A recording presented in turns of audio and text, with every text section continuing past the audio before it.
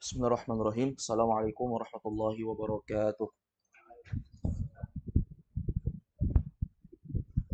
Alhamdulillahirabbil alamin. Wassalatu wassalamu ala asyrafil anbiya'i wal mursalin sayyidina Muhammadin wa ala alihi wa ashabihi wat tabi'in wa tabi'it tabi'in wa man tabi'ahum bi ihsanin ila yaumiddin, amma ba'd.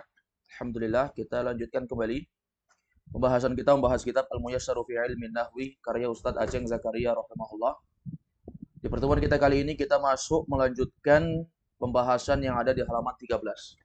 Ini pertemuan kita yang ketujuh ya dalam bahas kitab ini.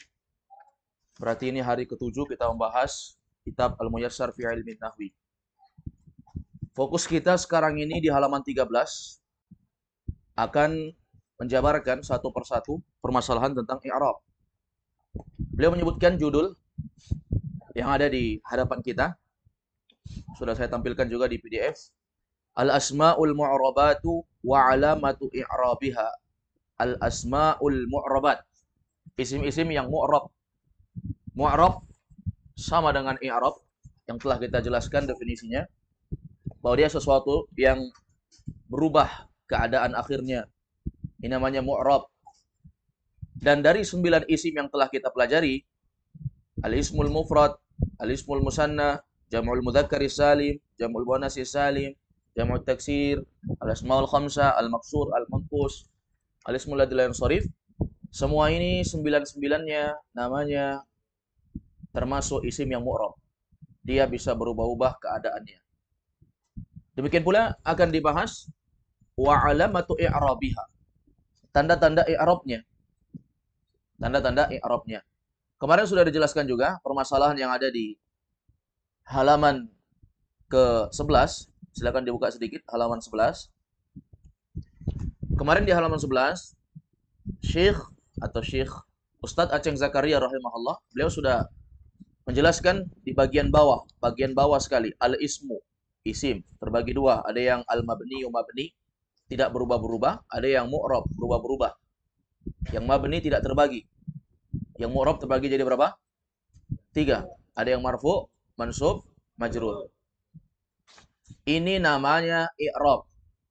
Tapi ada tanda i'rab. Seperti apa? Nah, sekarang lihat tabel. Ini akan dibahas sekarang tanda i'rab. Fokus, konsentrasi. Lihat. Yang pertama, al-asma. Kita baca kolom al-asma. Dimiringkan bukunya ya, karena ini posisinya miring bukunya. Al-ismul mufradu. Ini yang pertama. Isim mufrad. Sebelum kita masuk, apa dulu isim mufrad itu?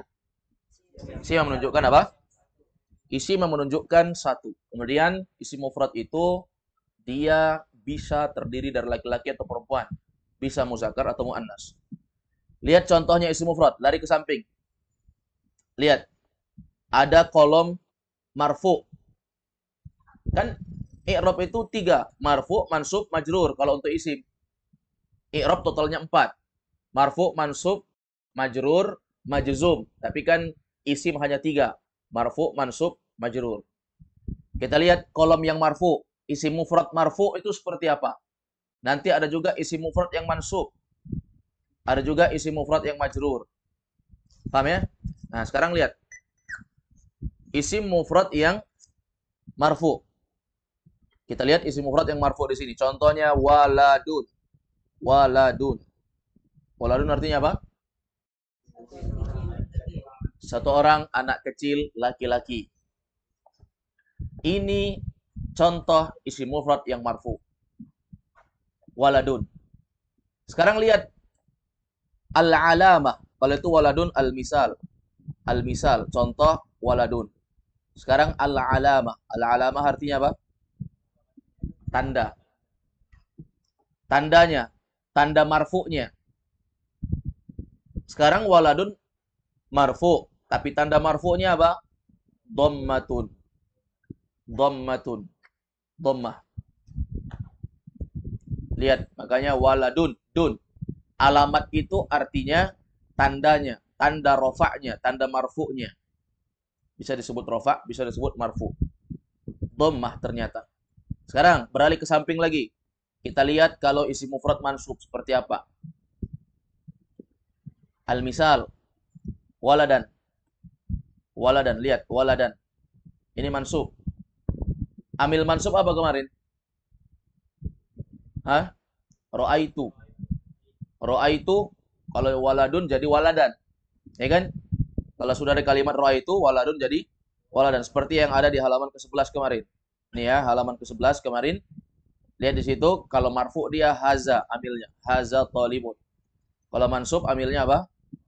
Ro'aitu taliban. Kalau majrur, marartu bi talibin. Itu kalau di buku halaman 11. Kalau kita paskan di halaman yang ke-13, waladun. Itu marfu. Tanda marfu'nya apa? Dhammah. Alamatnya dhammah. Sekarang yang mansub waladan. Tandanya apa? Lihat. Fathatun. Al-alamah fathatun. Tandanya adalah fathah. Kemudian kita lihat kalau dia majrur. Kalau dia majrur. Majrur sama dengan makhfud. Khafat sama. Artinya baris bawah. Ya. Sekarang lihat. Al-misal. Contohnya waladin. Amilnya apa kalau majrur? Maror tubi. Bisa saja yang lain. Tapi ini yang dicontohkan oleh ulama nahwu kebanyakannya. Waladin. Lihat waladin. Tandanya sekarang. Tandanya alamatnya adalah kasroh. Bisa dilihat. Berarti marfu tandanya dhammah, mansub tandanya fathah, majrur tandanya kasroh. Yang jadi masalah yang perlu kita ketahui bahwa masing-masing dari ke-9 isim itu berbeda-beda. Ada yang marfu'nya dengan dhammah, ada juga yang marfu' bukan dengan dhammah ternyata. Itulah kemarin sudah saya jelaskan, bedakan mana keadaan, mana harokat. Keadaan itu 3 untuk isim. Ada keadaan marfu', ada keadaan mansub, ada keadaan majrur. Tapi masing-masing keadaan ini berbeda-beda harokatnya. Ya, lihat. Sekarang perhatikan yang kedua. Untuk lebih jelas lagi kita lihat yang kedua. Apa yang membedakannya? Yang kedua al-musanna. Maksudnya isim musanna. Isim musanna itu isim apa? Isim yang menunjukkan 2. Sekarang lihat. Waladani. Ini isim musanna atau isim mufrad nih? Isim musanna. Cara buatnya isim musanna kan diambil dari isim mufrad, tambahkan alif nun di akhirnya. Dengan kaidah-kaidah yang sudah berlalu, ya kan? Ya enggak? Nah, berarti cocok enggak ini? Waladani. Cocok. Ketika dia marfu, maka waladani. Pakai alif nun kan? Lihat. Tandanya sekarang. Tanda marfu'nya dia adalah al-alif. Tandanya alif. Maksudnya apa? Dia marfu pakai alif. Kan isim musanna itu bisa pakai alif dan nun, bisa pakai ya dan nun, ya kan? Ya tidak? Tambahan biziyadati alifin wa nunin au ya'in wa nunin fi akhirih. Bisa tambahan alif nun, bisa tambahan ya nun. Tapi ternyata alif nun itu saat kondisi dia marfu saja. Sekarang kalau kita lihat, kalau mansub seperti apa? Kalau mansub bukan waladani lagi, tapi waladaini. Lihat, waladaini. Kelihatan? Waladaini. Berarti kalau waladaini, itu artinya apa? 2 orang anak laki-laki. Tapi ini ketika dia mansub. Kalau dia mansub. Kemudian, al-ya. Ya, ini tanda dari waladaini kalau dia mansub. Jadi mansubnya, alamatnya adalah ya. Kalau mansub pakai ya. Berarti kalau mansub waladaini. Sekarang masukkan amil nasab, amil yang membuat isim itu menjadi mansub. Sekarang coba jadikan dulu dia itu marfu. Haza waladani. Atau dirubah hazanya menjadi menunjukkan 2. Hazani waladani misalnya. Kemudian kalau kita mansubkan, amil mansub masukkan. Ra'aitu waladani atau waladaini? Waladaini karena mansub. Sekarang kalau majrur kita lihat. Waladaini juga.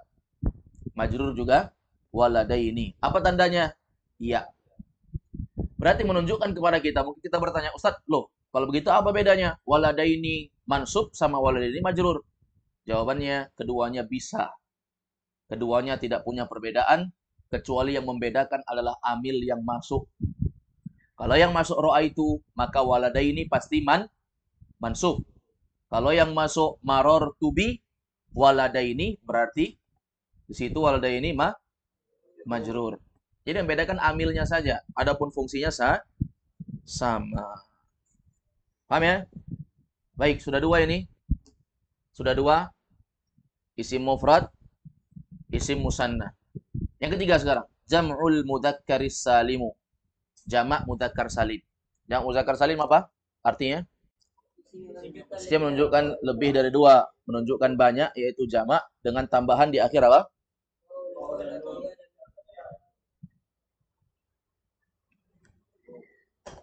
Waw dan nun atau ya dan nun. Ada tambahan waw dan nun atau ya dan nun. Timbul pertanyaan kepada kita, kapan pakai waw nun, kapan pakai ya nun? Lihat. Kita lihat di contoh. Sekarang lihat. Beliau mengatakan di sini al-muslimuna, al-muslimuna, muslimun. Ini berasal dari kata apa? Muslimun. Ketika dijamak menjadi muslimuna. Ketika dijamak menjadi muslimuna. Ada tambahan waw nun? Ada ya? Sekarang lihat. Alamatnya kalau dia marfu adalah al-waw. Alamatnya adalah waw. Makanya pakai muslimun. Dia nggak pakai ya, muslimin. Tapi kalau dia mansub menjadi muslimina dan tandanya adalah ya. Al-ya. Jelas? Berarti kalau misalnya kemasukan ro'a itu, apakah tetap muslimun? Tidak. Berubah menjadi muslimin. Kalau saya tanya, ro'a itu muslimin. Muslimin marfu atau mansub? Mansub. Alamat mansubnya apa? Ya. Ahsanta. Berikutnya, muslimina. Kalau majrur, lihat kalau majrur. Kalau majrur, muslimina pakai ya juga. Alamatnya, tandanya adalah ya. Berarti sama dengan apa namanya? Dengan mansubnya. Ketika majrur sama dengan mansub, yaitu pakai ya. Paham toh? Baik. Apa yang membedakan dengan isim musanna jamak mudzakkar salim ini? Sama-sama pakai ya dan nun, tapi kalau jamak mudzakkar salim sebelum ya berharokat kasrah. Kalau isim musanna sebelum ya berbaris atas. Barisnya fathah. Paham toh? Makanya di atas tuh waladaini. Kalau di bawah muslimina. Sama-sama pakai ya, tapi yang membedakan sebelum ya. Kalau isim musanna sebelumnya baris atas atau fathah. Kalau jamak mudzakkar salim sebelumnya apa? Baris bawah. Baik. Sekarang berikutnya, yang keempat, jam'ul muannatsis salimu, jamak muannas salim. Jam'ul muannatsis salimu, jamak muannas salim. Yang muannas salim masih ingat? Sesuatu yang menunjukkan jamak lebih dari dua. Kemudian dengan memiliki ciri khusus tambahan alif dan ta di akhirnya. Ada alif dan ta di akhirnya. Lihat sekarang contohnya muslimatun. Benar enggak ini contoh jamak muannas salim? Benar. Berasal dari kata apa mufradnya? Muslimatun. Nggak bisa kita bilang muslimun, karena muslimun bukan mu'annas. Nggak bisa dibuat menjadi jamak mu'annas salim. Yang mu'annas salim hanya bisa dibuat dari isim yang mu'annas. Muslimatun. Ketika dijamak menjadi muslimatun. Dengan segala proses yang telah kita lalui. Sehingga kalau dijamak dia menjadi muslimatun. Sekarang lihat. Alamatnya. Alamatnya dhammah. Kemudian, kalau dia mansub seperti apa? Kalau masuk amil ro'aitu, maka menjadi muslimatin. Ketika mansub, muslimatin. Apa tandanya? Alamatnya adalah kasroh. Kan tun tadi, muslimatun. Tapi kalau masuk ro'aitu, menjadi muslimatin. Menjadi kasroh. Disinilah kita bisa membedakan. Tidak selamanya yang mansub itu baris atas. Kadang ada yang mansub tapi baris bawah, yaitu khusus pada jamak muannas salim. Makanya dari awal kita harus bedakan mana harokat, mana keadaan. Keadaan itu tiga saja, marfu, mansub, majrur. Tapi kalau harokat itu bisa baris atas, Bisa baris depan, bisa baris bawah, bisa jadi dia sukun. Walaupun sebagian ulama mengatakan sukun itu bukan harokat. Ya, karena dia baris mati. Sekarang lihat, kalau misalnya majrur, kita masukkan amil maror to be, maka dia menjadi muslimatin. Dan tandanya adalah kasroh. Tandanya adalah kasroh. Paham ini? Baik. Sebenarnya ini nggak usah sulit untuk dipahami. Ya, nggak perlu kita susah untuk mencerna. Kenapa? Karena ini kita sudah diberikan rangkuman. Bahwanya kalau isim ini marfu'nya dengan ini, ikuti aja kaidah ini. Berarti kita harus hafal nanti ini. Kita harus hafal kaidahnya supaya bisa menerapkan kedudukan dia dalam kalimat. Sekarang yang kelima, lihat. Jam'ut taksiri. Jam'ut taksir. Atau diistilahkan dengan jamak taksir. Jamak taksir menunjukkan apa? Lebih dari dua juga, tapi dia hanya diketahui ketika seorang itu kembali kepada kamus. Wa yu'rafu birruju'i ilal qawamis. Kembali kepada kamus, melihatnya kembali kepada kamus. Wa kasratil ittila, berbanyak menelaah, wal qiraah, membaca, wal istima, dan memperbanyak mendengar orang Arab berbicara. Contoh jamak taksir, auladun. Benar? Ini kan isim mufrad ini. Auladun isim mufrad? Bukan, karena dia mufradnya waladun. Jamaknya adalah auladun. Baik, auladun artinya anak, banyak anak kecil laki-laki. Banyak anak kecil laki-laki. Kalian perhatikan, alamatnya ketika marfu adalah dhammah. Cocok? Ketika mansub menjadi auladan, alamatnya adalah fathah. Ketika majrur menjadi auladin, alamatnya adalah kasrah. Alamatnya adalah kasrah. Baik. Kemudian kita beralih ke yang berikutnya, yang keenam, al-asmaul khamsah.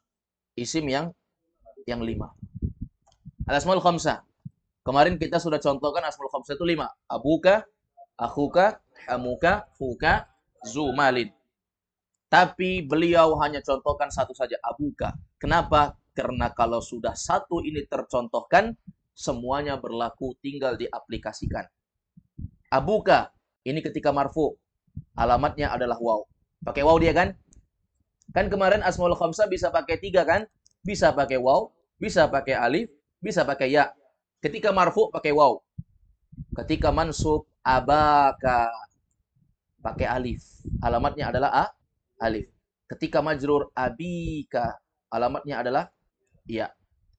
Jadi kalau kita bertanya, kemarin bingung, loh kapan abuka, abaka, abika? Kemarin sudah saya sebutkan bahwa ini bisa berubah-berubah, kelihatan perubahannya jika dia sudah bergabung, bersatu menjadi kalimat.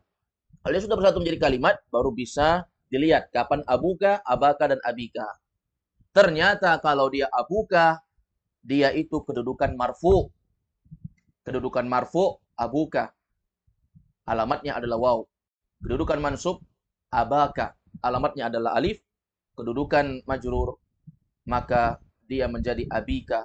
Alamatnya adalah ya. Sekarang yang ketujuh. Al-maksur. Isim maksur. Ayo, isim maksur itu apa? Isim yang apa? Isim yang di akhirnya alif lazimah. Alif yang bukan alif tambahan. Alias alifnya alif asli. Contohnya bagaimana? Al-fata. Ini al-fata, alif bengkok di akhir itu namanya alif asli. Alif lazimah namanya, bukan alif zaidah. Kalau alif zaidah itu alif tambahan. Ini alifnya asli, bukan tambahan. Ya, bukan alif tambahan. Baik, sekarang perhatikan. Ketika dia marfu, al-fata. Ini marfu namanya nih.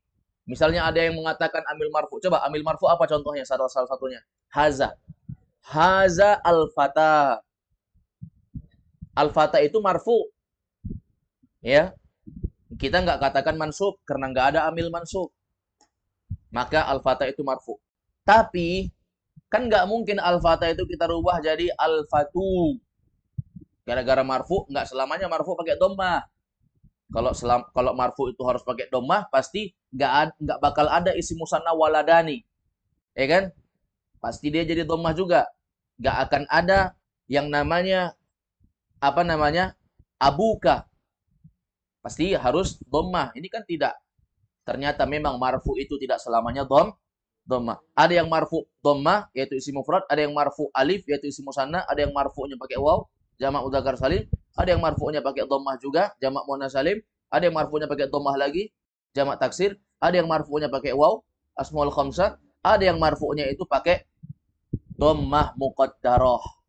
Ah ini dia. Al-fata dia itu marfu dan alamatnya dhammah tapi dhammahnya muqaddarah. Tahu muqaddarah? Tersembunyi. Jadi ada dhammah itu yang tersembunyi. Dhammah itu nggak kelihatan. Waladun, nampak dunnya? Dun, nampak? Nampak. Jelas. Tapi di sini al-fata sebenarnya dia itu mau dhammah tapi nggak bisa. Karena kalau berubah jadi al-fatun pasti ini tidak akan ada dalam bahasa Arab seperti ini. Ya, orang Arab tidak pernah mengucapkan itu. Maka ditelitilah oleh ulama bahwasanya al-fata itu tetap marfu karena dia bisa kemasukan amil. Kita nggak katakan al-fata itu mabni. Kenapa? Karena dia bisa masuk amil. Ya kan? Jadi dia tetap berubah-berubah, keadaannya bisa marfu, mansub, majrur. Tapi ketika dia marfu, dhammahnya muqaddarah. Dhammahnya tersembunyi. Kemudian lihat lagi ketika mansub. Ternyata ketika mansub tetap al-fatah. Tetap al-fatah juga.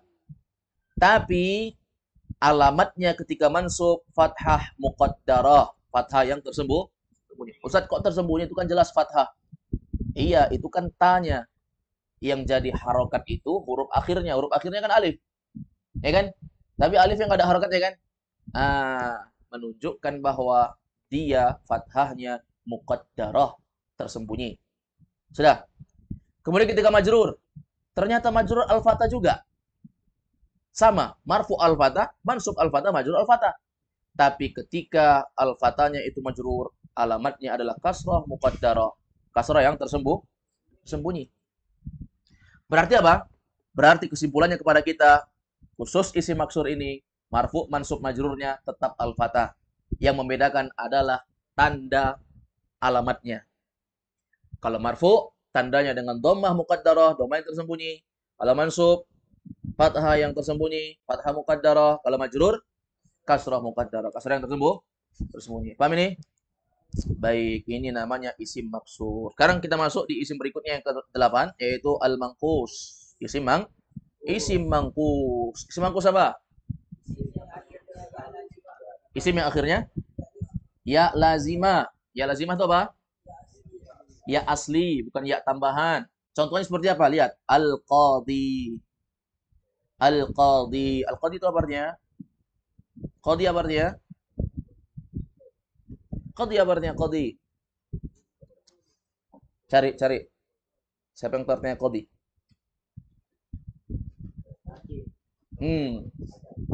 Apa? Hakim. Apa itu hakim? Memutuskan apa? Silaturahmi. Orang yang memutuskan apa dulu? Memutuskan silaturahmi, memutuskan hubungan dengan pasangannya, memutuskan hubungan dengan anaknya, apa? Memutuskan apa? Memutuskan perkara. Memutuskan perkara itu kan Allah. Ya?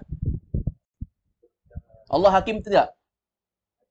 Allah hakim, sebaik-baik hakim. Ya kan? Wallahu khairul hakimin. Allah sebaik-baik hakim. Tapi ada hakim dunia, ada hakim akhirat. Ada peradilan dunia, ada peradilan akhirat. Qadhi itu hakim, orang yang memutuskan perkara, tapi hanya di dunia. Bisa dia putuskan perkara masalah agama, bisa dia putuskan masalah dunia, bisa dia putuskan masalah-masalah yang lain. Tapi kalau qadhi yang sebenarnya Allah Subhanahu wa taala, karena Allah lah yang paling adil keputusannya. Kalau keputusan manusia itu bisa saja dibangun di atas hawa nafsu, di atas bayaran, di atas tindakan-tindakan ketidakjujuran. Makanya hakim sebaik-baik hakim Allah. Di dunia kita dihakimi dengan sesuatu yang tidak sebenarnya, tapi semua akan tersingkap di akhirat. Sekarang qadhi, fokus kepada qadhi. Qadhi itu namanya isim mangkus, akhirnya ya.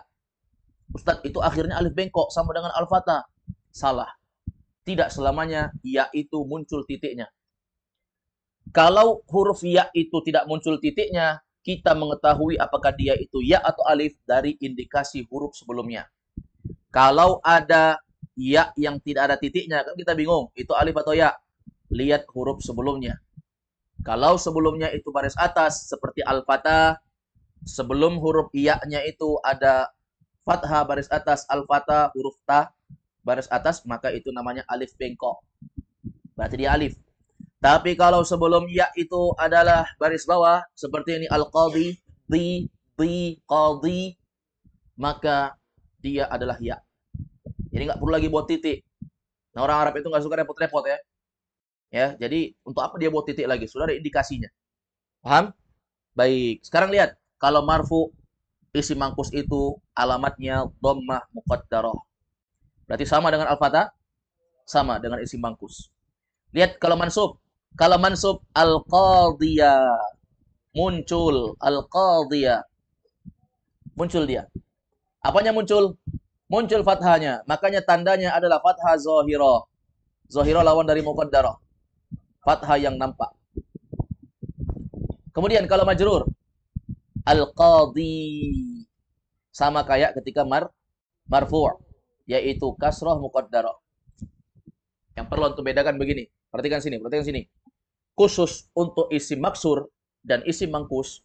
Maksur semuanya muqaddarah. Ingat saja, maksur semuanya muqaddarah. Dhammahnya muqaddarah. Kalau dia mansub juga mansubnya fathah muqaddarah. Kalau dia majrur juga kasrah muqaddarah. Muqaddarah semua. Tapi kalau mangkus ketika marfu dia muqaddarah dhammahnya, ketika mansub muncul. Ingat, kalau mansub muncul. Jadi kalau misalnya masukkan ambil Ra'aitu al-qadhiyah. Muncul dia. Apa tandanya? Tanda mansubnya fathah zahirah. Fathah yang nampak. Tapi kalau majrur kembali ke asal. Muqaddarah lagi. Jadi dia hanya muncul satu aja. Kalau mansub. Baik. Sekarang ke-9. Yang terakhir. Al-ismul ladzi la yansharif. Isim yang tidak boleh ditanwin. Ini jangan hafal istilahnya saja ya. Antum harus tahu artinya. Al-ismu artinya isim. Al-lazi yang la tidak boleh, yang sorif ditanwin. Isim yang tidak boleh ditanwin. Salah satunya nama perempuan, nggak boleh ditanwin. Aisyatu. Aisyatu. Nama perempuan atau laki-laki? Nama perempuan. Kalau misalnya ada laki-laki yang dikasih nama bapaknya, namanya Aisyah, tanwin atau tidak? Tanwin. Aisyatun. Kalau memang nama dia laki-laki. Ya kan? Tapi pada asalnya memang Aisyah itu nama perempuan. Semua nama perempuan dalam bahasa Arab tidak boleh ditanwin. Kecuali sedikit sekali. Salah satunya kata ulama, nama perempuan yang hanya terdiri dari 3 huruf. Seperti Hindun. Ha, nun, dal. Hindun. 3 kan? Nah, ini boleh tanwin. Karena cuma 3. Tapi semua nama perempuan, kalau itu nama bahasa Arab, tidak boleh ditanwin. Kalau namanya Adelia, Ustadz. Adelia bukan bahasa Arab. Adelia mana ada bahasa Arab Adelia? Nggak ada dalam bahasa Arab tuh nggak ada, ade nggak ada, E. Baik. Tapi kalau namanya nama Arab, seperti contohnya Aisyah, itu kan nama bahasa Arab. Atau misalnya namanya Maryam, Maryamu, nggak boleh tanwin. Zainab, Zainabu, nggak boleh tanwin. Ruqayyah, Ruqayyatu. Khadijah, Khadijatu. Paham? Kalau namanya Aceh ya, bukan bahasa Arab ya. Bahasa apa itu? Bugis. Apa artinya Aceh? Anak perempuan ya. Aceh, anak cewek ya. Kalau Acok, anak cowok. Bahasa Bugis ya. Baik. Sekarang perhatikan. Jadi Ismul Ladzi Shorif itu nama perempuan. Beliau contohkan di sini. Walaupun Ismul Ladzi Shorif itu panjang pembahasannya, tapi kita belum bahas. Yang dibahas ini nama perempuan. Contohnya Aisyah. Kalau marfu dhammah jelas. Harokatnya dhammah Aisyatu. Kalau mansub Aisyata jelas. Ya. Alamatnya adalah fathah. Kalau majrur agak lain sedikit. Yaitu Aisyata. Berarti kalau Aisyah kemasukan huruf jar, Aisyata. Lihat. Tandanya adalah fathah. Orang biasanya majrur kasroh, ini majrur malah fathah. Keren kan? Nah, inilah ismul ladzi la yansharif ini. Makanya kalau hadis, lihat hadis. An Aisyata. Asalnya Aisyatu. Tapi ketika ada amil jar kan huruf jar. Huruf jar itu amil kan? Dia menyebabkan isim yang datang setelahnya menjadi majrur asalnya. Tapi ternyata kita sudah ketahui tidak selamanya majrur itu baris bawah. Ada juga majrur yang baris atas atau fathah, yaitu khusus untuk ismul ladzi la yansharif. Ini berlaku kepada semua ismul ladzi la yansharif. Sekarang lihat ke atas sedikit. Halaman berapa itu tentang ismul ladzi la yansharif? Halaman 10. Silakan buka halaman 10 sedikit. Lihat bukunya halaman 10. Di halaman 10 kita lihat ada bab yang ke-9, ismul ladzi la yansharif. Apa definisinya? Huwal ismul ladzi la yadkhulu alaihi tanwin. Dialah adalah isim yang tidak masuk atasnya tanwin. Contohnya Aisyatu. Coba masukkan huruf jar. Misalnya an Aisyata. Fatimatu, masukkan an. Ibrahimu, masukkan huruf jar lain, min. Ismail, masukkan min. Sulaiman, masukkan min. Usman, masukkan an. Masukkan an. Salman, masukkan an. Maryam, masukkan min. Kok panjang? Jangan terbawa Sulaiman, Usman. Maryam, pendek ya. Yusuf, masukkan an. Zainabu, masukkan min. Berarti kalau dia majrur, gitu caranya. Kalau dia kemasukan haza, coba Salman, masukkan haza. Haza Salmanu. Sulaiman, masukkan haza. Masukkan ro'aitu ke Ismail. Lihat, mansub apa tandanya? Fathah yang nampak jelas ya. Ibrahim, masukkan ro'aitu. Begitulah caranya untuk ismul ladzi la yansharif. Jadi dia hanya agak sedikit berbeda pada istilah kalau misalnya dia adalah apa? Kalau dia majrur. Majrurnya dengan baris atas. Sekarang timbul pertanyaan kepada kita. Apakah ada orang yang satu kali lihat tabel ini kemudian langsung paham? Nggak mungkin. Kecuali dia sudah berulang-ulang kali melihat dan mempelajari buku nahwu. Ini adalah salah satu kesimpulan besar tentang ilmu nahwu. Kalau kita betul-betul mendalam ilmu nahwu, maka harus betul-betul menghafal ini dengan bijak dan dengan mungkin. Jadi kesimpulannya untuk anak-anak santri semuanya dan untuk teman-teman yang hadir belajar, ya. Demikian pula untuk teman-teman yang menyimak di YouTube, menyimak di Facebook, menyimak di media sosial, hendaknya menghafal seperti ini. Saling baku tugas dengan temannya. Ini hafalan yang nggak disetor sama saya ya, tapi kita menyetor dengan teman tak. Yang pertama, yang perlu kita hafal 9 nama isim ini. 9 nama isim ini dan kalau ditanya tahu. Paham? Bukan hanya menghafal isim mufrad, musanna, jamak muzakkar salim, jamak muannas salim, jamak taksir. Apa lagi? Asmaul khamsah, isim maksur, isim mangkus, ismul ladzi la yansharif. 9. Bukan hanya hafal itu saja, kalau itu pun gampang orang hafal, tapi harus tahu kalau ditanya. Isim mufrad, apa itu? Isim menunjukkan 1. Isim musanna, apa itu? Isim menunjukkan 2. Apa tandanya? Tambahan alif dan nun atau waw dan nun, alif dan nun atau ya dan nun. Jamak muzakkar salim menunjukkan banyak, lebih dari 2. Tandanya ada tambahan waw nun atau ya nun. Jamak muannas salim menunjukkan banyak, lebih dari 2, tapi khusus perempuan. Tambahannya apa? Alif dan ta. Jamak taksir, apa itu? Menunjukkan banyak, lebih dari 2. Cara mengetahuinya nggak ada cara buatnya khusus, tapi kembali kepada kamus dan memperbanyak membaca, menelaah dan seterusnya. Kemudian ada pembahasan isim yang 5, asmaul khamsah. Asmaul khamsah itu apa? Isim yang 5. Apa yang 5 itu? Abuka, akhuka, hamuka, fuka, zumalin. Kemudian setelah itu isim maksur. Isim maksur itu apa? Isim yang di akhirnya adalah la, alif, lazimah. Contohnya apa? Al-Fatah misalnya. Apa lagi? Musa, Isa. Itu namanya isim maksur. Isim mangkus. Isim yang di akhirnya adalah ya Ya lazimah, ya yang asli, bukan ya zaidah. Contohnya apa? Al-qadhi, apa lagi? Ad-da'i, Az-zani, Ar-rami, Al-hadi. Baik, itu contoh-contohnya. Kemudian yang terakhir, ismul ladzi sorif. Isim yang nggak boleh ditanwin. Kita belum bahas secara detail ya tentang isim yang nggak boleh ditanwin apa-apa saja, tapi nanti ada bab khusus. Tapi yang perlu kita tahu, isim yang nggak boleh ditanwin itu kalau dia majrur, majrurnya dengan baris atas, yaitu fathah.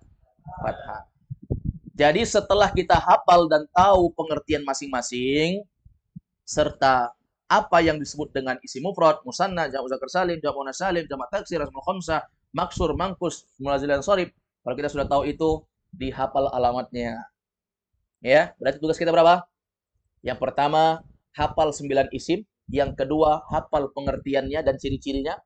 Yang ketiga, alamatnya. Kalau marfu, dia dengan apa? Kalau mansub, dia dengan apa? Majrur dengan apa? Selesai isim mufrad. Masuk di isim musanna. Marfu dengan apa? Mansub dengan apa? Majrur dengan apa? Masuk di yang ketiga, yaitu jamak mudzakkar salim. Marfu dengan apa? Mansub dengan apa? Majrur dengan apa? Dan ini sesuatu yang bukan merupakan sesuatu yang mudah. Ini sulit, ya. Bahkan orang yang sudah berkali-kali, bahkan puluhan, bahkan ratusan kali belajar nahu pun dia harus ulangi ini terus. Walaupun dia ustadz, dia harus ulangi terus. Kenapa? Karena ini adalah rangkuman ilmu nahu. Kalau kita tidak hafal ini dengan mungkin, tidak akan mungkin kita bisa masuk berpindah ke halaman 14. Jadi mungkin ini pelajaran terakhir kita. Ya, kalau memang kita tidak menghafal ini. Ya, kita nggak akan lanjut halaman 14 kecuali semua peserta yang hadir di tempat ini. Kalau masalah yang nyimak di online itu urusan masing-masing. Ya, silakan simak sama siapa saja yang bisa diajak berkontribusi saling membantu. Tapi kalau khusus yang datang di tempat ini, ya di rumah belajar Hisnus Sunnah ini, maka semuanya memang harus menghafal ini. Semuanya harus menyetor ini dan siap untuk ditanya. Dan harus mungkin. Mungkin itu artinya apa mungkin artinya? Lancar sekali. Lancar sekali itu nggak berpikir lagi. Isim mufrad, saya tanya, isim mufrad marfu'nya dengan apa? Doma, nggak pikir lagi. Yang mana itu isim mufrad? Apa lagi itu isim mufrad? Yang kayak mana? Isim mufrad aja dia nggak tahu yang mana.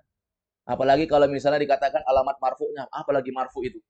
Ya, apa alamat mansubnya? Apalagi mansub. Alamat majrurnya apa? Apalagi majrur. Paham ya?